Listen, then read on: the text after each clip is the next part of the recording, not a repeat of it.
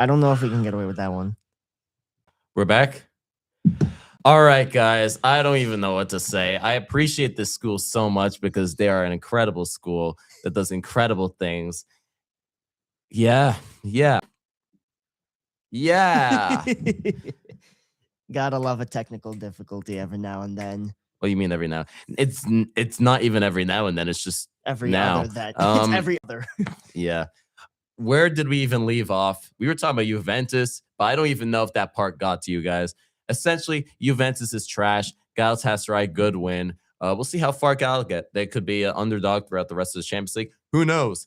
Juventus, unless your name's Antonio, no one cares. Goodbye, you're washed. Shout out moving Antonio on. Acevedo, by the way. But yeah, do we No, want to talk about He's a stat better. do we want to talk about the most controversial game in recent memory?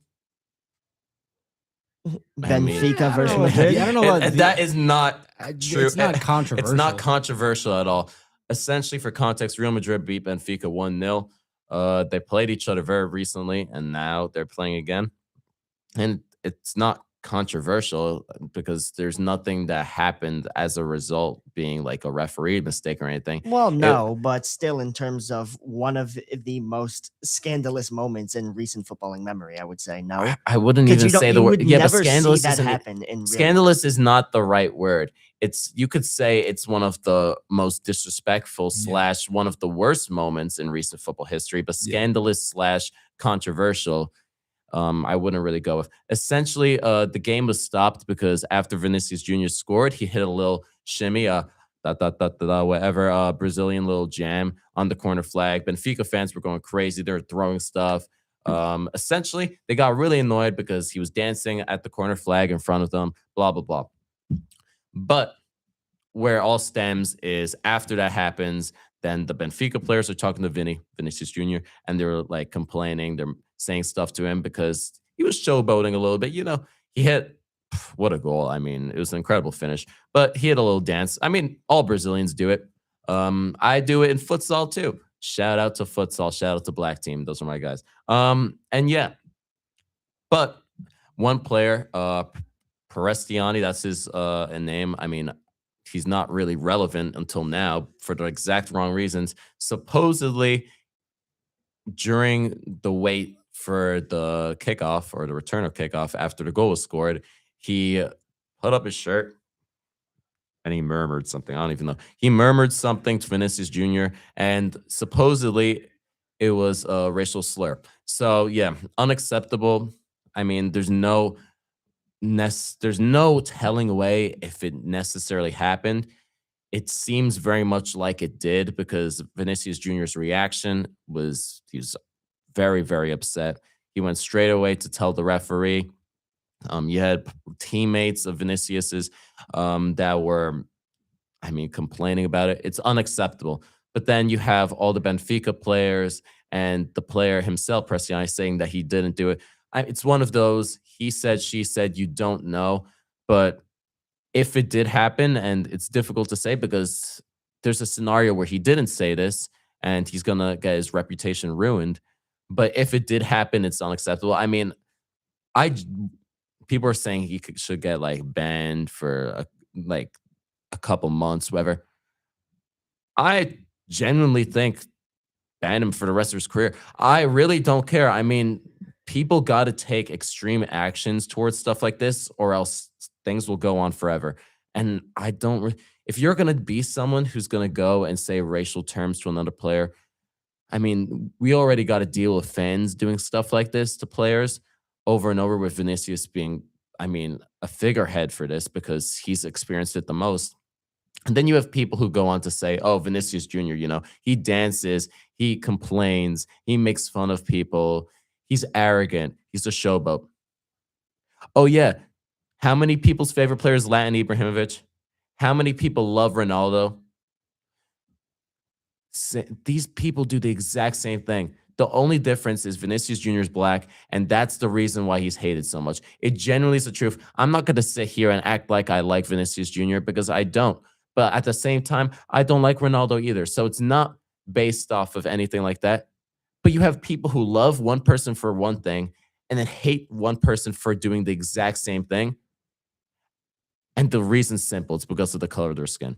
It's unacceptable. And I think the only way to stop it is to take action. For the fans doing it, don't ever, people are saying do a 1-year stadium ban. No, don't let them ever step foot in the stadium again. For the players who do that, don't let them ever kick a ball again. It's really one of those things where it shouldn't be small punishments. You have to draw a line and you have to cut it out with extreme measurements. And for Vinicius Jr., I mean, he stepped off the pitch. The game was stopped. You have Jose Mourinho, who's one of the most experienced managers ever, saying that, well, Vinicius Jr., he shouldn't have been dancing in front of the Benfica fans. He shouldn't have been dancing at the corner flag. Oh, yeah, a bit of dancing. Oh, yeah, he danced a little, so you're going to racially abuse him. Oh, 2 + 2 = 4. Obviously not. That's insane of you to say. And then the whole big thing is, then he goes on and he says, Benfica, the best player in their history is Eusebio, one of the best Portuguese players ever. He was a black player, and he was a really, really special superstar player a long time ago. Rest in peace, he died. Oh, yeah, so Benfica's best ever player is black. That means that Benfica can't be racist, that the players can't be racist, that the fans can't be racist. What? That doesn't even make any sense. Are we really being serious here? Makes no sense at all. Because at the same time, a lot of people, the way I see it, and it's in reality true, a lot of people throughout cultures all over the world, especially when it comes to sports, when someone's on their side and they're of another race, they celebrate it, they appreciate it. But that's the only reason they're celebrating it. If that person was the other way around, they'd be hating on it. They'd be discriminating against it.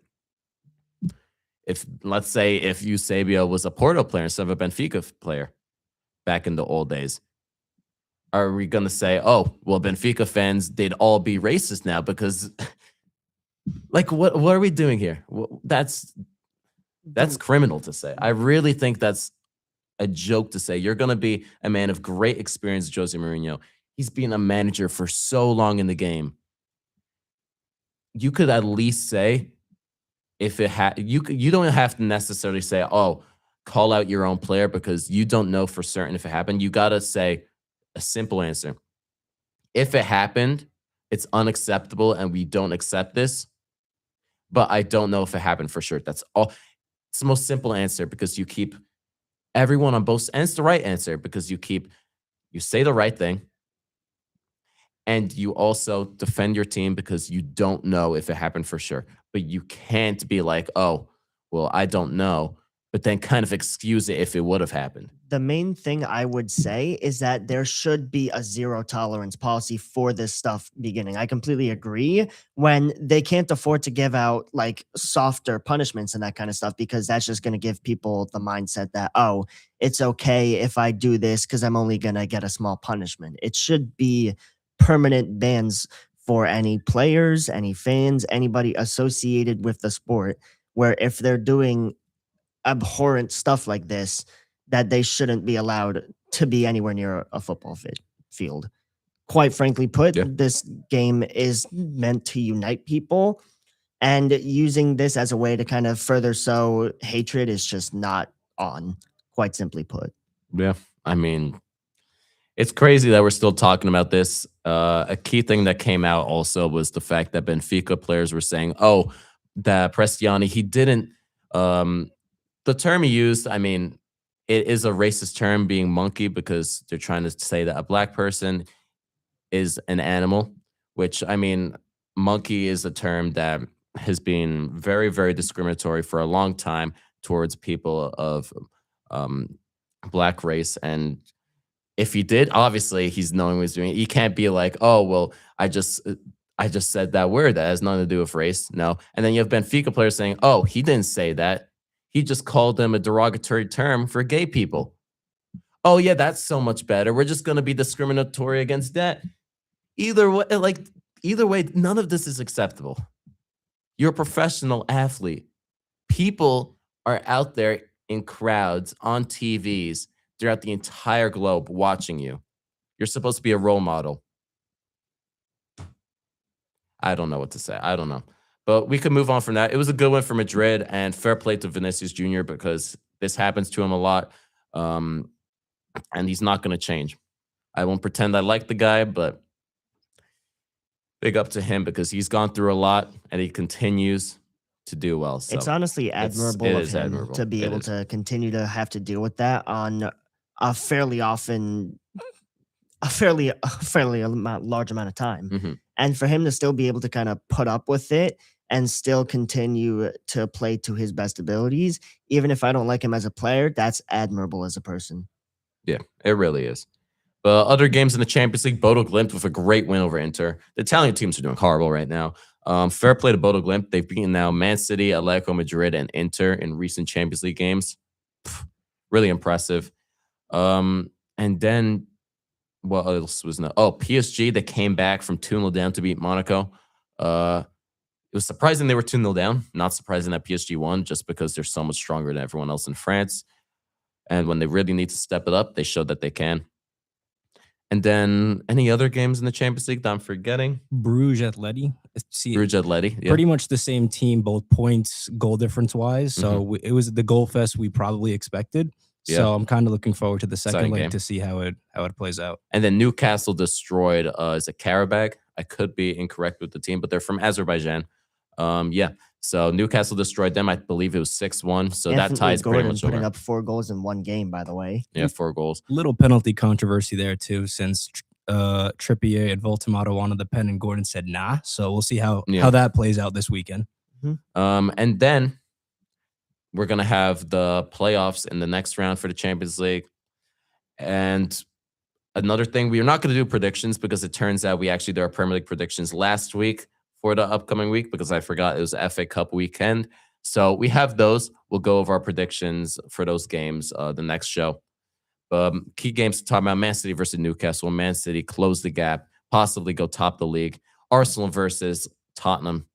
What a game. It's going to be so exciting. A new manager for Tottenham. Arsenal off the back of bad results and so much pressure under them. Anything else that stands out? Let's see. Villa Leeds. I feel like that'll be a good game. Who knows? And then Liverpool going to Nottingham Forest, who sacked Dyche. Even have Man United going to Everton. So some good games this weekend. Watch lots of football. Enjoy. And we'll see you guys next week. So definitely stay tuned. Appreciate you guys for watching. And peace. Hopefully no more technical difficulties, by the way. Hopefully. All right. You think we're still going? I don't know if bro knows that we're. Yeah, we're definitely still. We're going. definitely still going. Well, don't just knock on the. Eggs, bacon, grits, sausage. I'm a We're good. person that like. We good? No.